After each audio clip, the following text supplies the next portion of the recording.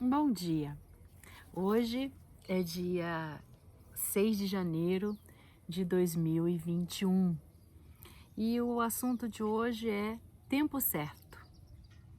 O tempo certo de cada coisa na vida da gente. Nós estamos tirando do livro Renovando Atitudes, capítulo, o meu é 69 a página, né? E o nome do capítulo é Tempo Certo. No Pão Nosso, capítulo 35 e 25, no Senhor e Mestre, o capítulo 19. E nós escolhemos o seguinte versículo, que está em Atos, capítulo 5, versículo 42. E cada dia, no templo e pelas casas, não cessavam de ensinar que Jesus é o Cristo. Muito bem. Hoje nós vamos começar a nossa reflexão do livro Palavras de Vida Eterna, Emmanuel e Chico Xavier. Né? No rio de graças da vida, cada alma somente retira porção de riquezas que possa perceber e utilizar proveitosamente. Essa frase é muito interessante, né? O rio ali está cheio de graças, mas nós só tiramos aquilo que nós podemos perceber, certo? E aí eu fui buscar a palavra perceber. É a faculdade de aprender por meio de sentidos. Perceber é também intuição, nos diz o dicionário. Intuição, vamos lá, no dicionário diz que é a faculdade ou ato de perceber, discernir ou pressentir coisas, independente do raciocínio ou de uma análise.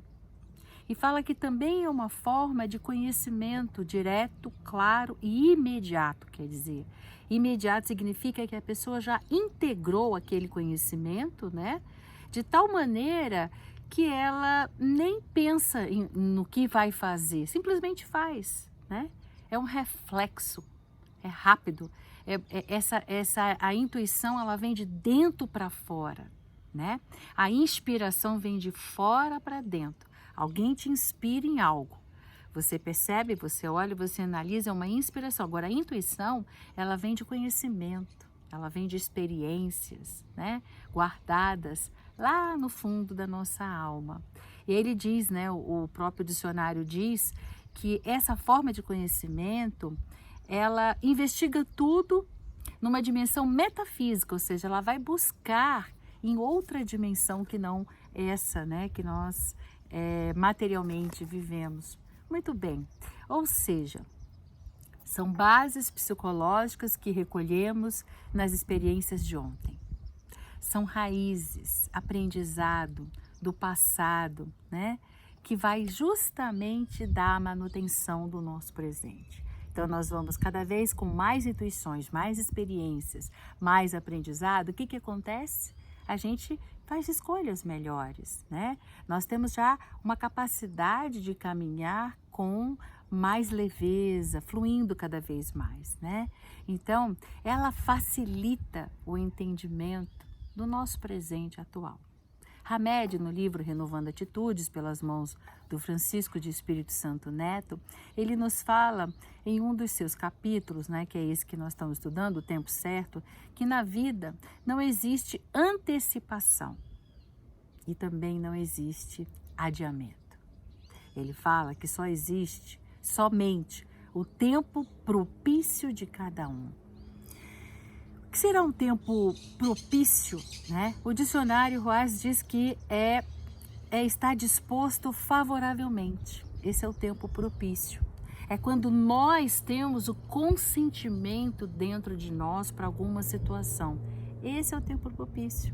E nós só temos essa capacidade de estar disposto favoravelmente quando nós já temos a maturidade, o entendimento para acolher aquela informação ou viver aquela situação, né? Então ele diz que isso, no dicionário, diz que propício é estar disposto favoravelmente, inclinado a conceder a proteção, graças, favores, né? Pois é, o que ele quer dizer com isso? O próprio dicionário já nos fala, abrirmos o coração em compaixão. quando retiramos, gente, a amarra da nossa alma. Nós temos tantas amarras, tantos ódios, melindres, vinganças, sentimentos negativos, são amarras da nossa alma. Então estar propício é quando o nosso coração se abre em amor e essas amarras são libertas, né? Porque elas nos prendem a fatos sem perceber, abre aspas, diz lá o livro do Hamed, que cada indivíduo absorve a sementeira de acordo com suas possibilidades existenciais. Ou seja, o terreno da nossa alma, o terreno do nosso coração, o terreno da nossa mente, ele se encontra aberto a absorver a sementeira naquele momento certo, né? Interessante isso que o Hamed diz. A gente pensa, né? Às vezes você vai falar com uma criança de 4, 5, 6, 7, 8 anos, ela não te entende naquele momento, mas mais tarde ela vai compreender, né? Então, muitas vezes, nos diz lá o Hamed, que o melhor apoio que prestaríamos aos nossos companheiros de jornada seria simplesmente esperar em silêncio e com paciência. Assim como o Mestre, nosso amado e querido Jesus, observando há muito tempo o que nós escrevemos nas folhas do livro da nossa alma. Não aqueles exemplares que nós deixamos os outros ler, né? Mas a gente distribui vários exemplares ao longo da nossa vida, mostrando só os capítulos bonitos, né? Que possam ser admirados, ou até nós servimos de inspiração aos outros. Mas e aqueles capítulos que nós escrevemos com a tinta das nossas intenções verdadeiras? Será que nós mostramos? Mas Jesus lê todos eles, principalmente esses que nós escrevemos com a tinta das nossas intenções verdadeiras, que guardamos muitas vezes no nosso subconsciente, né? Nós não temos nem sequer o discernimento de tomar consciência quais são as nossas intenções verdadeiras quando estamos fazendo algo. Às vezes, por deliberação própria, querendo esquecer, nós escondemos lá no escaninho da nossa alma, no inconsciente. Estas páginas são lidas por Jesus, sempre em silêncio e com paciência, há várias e várias vidas. Amigos, nestas páginas encontramos com a tinta do seu amor, do amor do Mestre, várias frases que ele, Jesus, escreveu, mas sabe, por cima, faz aquela setinha, por baixo, no lado, de baixo, dá uma ponto e vírgula e põe ali, né?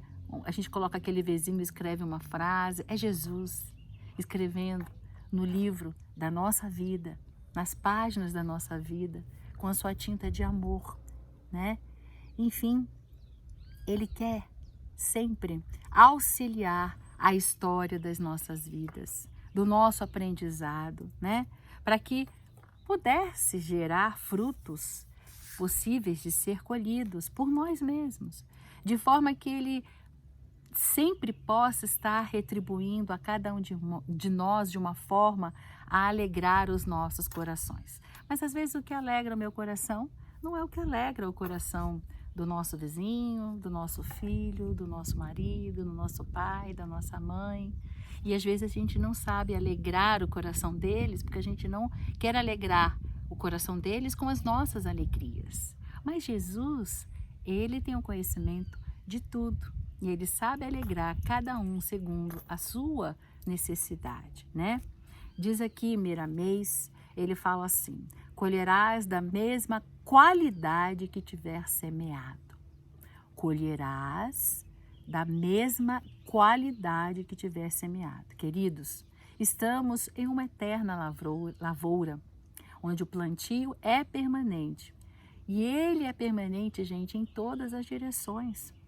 A nossa palavra também é uma semente. E essa semente pode despertar no coração de quem nos ouve diversos tipos de sentimentos. Depende da qualidade da tua palavra, da forma como você coloca, não é? A nossa postura e vivência é observado nesse plano material pelas pessoas que andam conosco, né? Mas também é observado pelo plano invisível. Pois é, somos responsáveis pelo que despertamos naqueles também. Aliás, em todos, né? Então, no livro Senhor e Mestre, Irmão José, através de Carlos Bacelli, diz a frase seguinte, abre aspas, a escolha da semente, ela é tão importante quanto o ato em si de semear. A escolha da semente é tão importante quanto o ato em si de semear. Façamos então como o camponês, que escolhe as sementes, observa e sente, vamos à palavra, percebe o momento do plantio, respeita a natureza, obedece à estação apropriada a ser plantada. Mas nas outras estações, ele não fica de braços paralisados. Ele aproveita cada fôlego da sua vida na preparação desse terreno para que quando os sinais surgirem, ele possa plantar. Ele nunca larga depois do plantio também. Ah, já plantei, né? Achando que já fez a sua parte. Ele cuida, ele rega, ele protege, ele aduba, ele dá o essencial, o invisível, que é o amor. E fica feliz com o que vê acontecer diante dos seus olhos quando começa a crescer, né? O crescimento.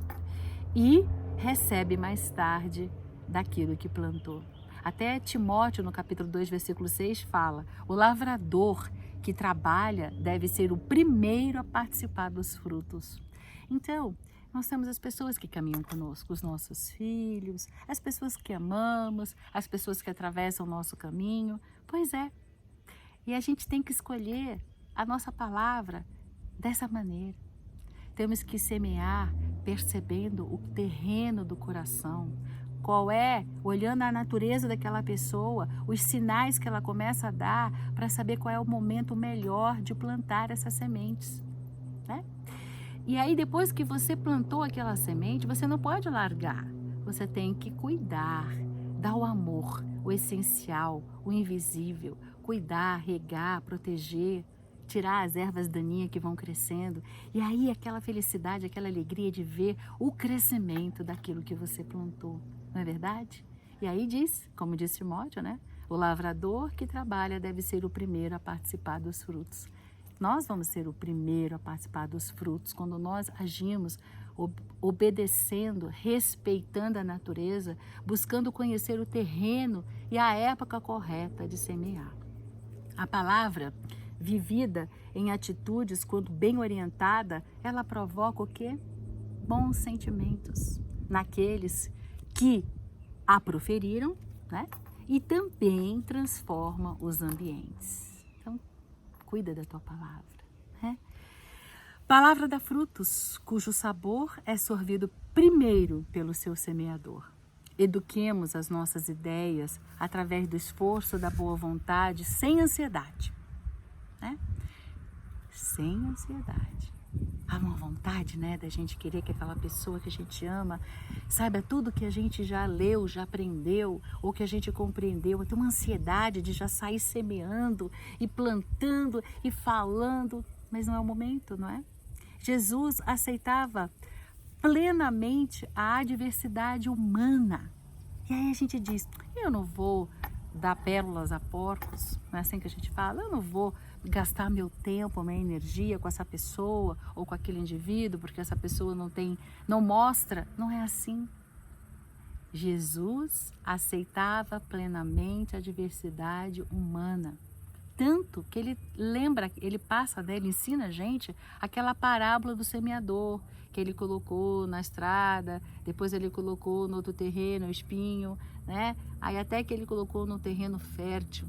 Tinha colocado um terreno de espinhos, que abafou, no de pedras, né? Que a raiz foi lá, mas não tinha o suficiente, né, para poder pegar água. No caminho que caiu e nem foi absorvido, comido pelos pássaros. Quer dizer, o próprio mestre disse, ele aceitava a diversidade humana. Cada terreno desse, ele é diferente um do outro, né? Então, ele mostra essa parábola do semeador, a dissemelhança das criaturas, comparando-nos a diversos terrenos nos quais as sementes da vida foram semeadas. Amigos, cada alma traz consigo a medida que instalou no próprio íntimo para a percepção e recepção do amor do Pai.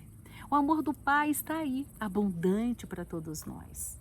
Porém, a pergunta é, por que nem todos percebem essa da mesma forma?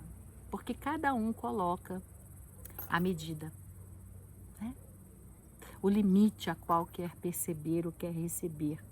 Então, na estrada da vida, cada um caminha no seu compasso individual, no seu ritmo individual. E não nos é permitido violentar a maneira de ninguém de entender. Comparando inclusive com outros. Ah, fulano sabe mais que você, fulano entende mais que você. Não temos o direito de comparar, forçando ninguém com a nossa impaciência para que eles cresçam e evoluam como nós acharíamos que deveria ser. Percebe? Se você colocar 1 litro de água, né, e 3 quilos de adubo, ele não vai crescer de um dia para o outro. Ele tem um tempo correto, certo? Até o adubo e a água é colocado, como a gente diz, em doses homeopáticas, nos momentos corretos. Se você coloca água demais, mata a planta. Coloca adubo demais, mata a planta. Percebe? Então, é interessante nós termos essa visão, esse entendimento. Respeitando as possibilidades e as limitações de cada indivíduo. Todos somos frutos da videira verdadeira. Quem é a videira verdadeira? É Jesus. Todos nós somos frutos do Mestre, né? No passado, não muito longe, nós encontrávamos ressequidos, aqueles galhos ressequidos, né?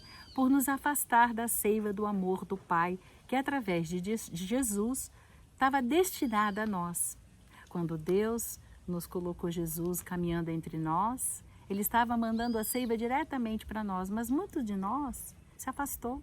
Então, quanto mais longe, mais afastado, menos a possibilidade de absorver, né, aquela seiva. Aí o galinho fica sequinho, não é?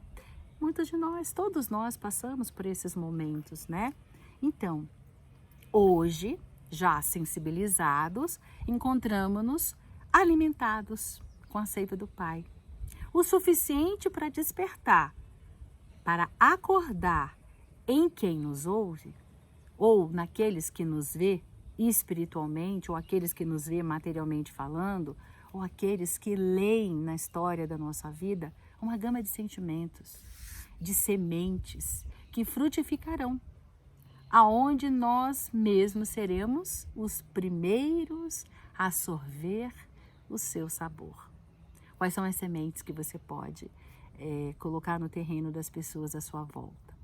A semente da bondade, a semente da tolerância, a semente do perdão, a semente da compreensão, a semente do entusiasmo, a semente da justiça, a semente da ponderação, a semente da fraternidade, a semente do entendimento, a semente da renúncia, a semente da piedade, da fé, a semente da humildade, a semente da esperança e a semente da verdade. Pois é. Então, amigos, que vocês tenham compartilhado, né, gostado, né, dessa reflexão, e podem compartilhar aí à vontade com quem você quiser. Se puder assinar aí, se inscrever, quiser se inscrever no canal do YouTube, vai ser muito bom. Coloque aí suas observações. Eu gosto de ter um feedback, saber o que vocês têm para acrescentar, para ajudar, para a gente se melhorar e também para a gente se aprimorar, não é verdade? Os seus conhecimentos é uma troca com os nossos. Então, que vocês tenham aproveitado bastante essa reflexão, assim como eu aproveitei. Abraços fraternos.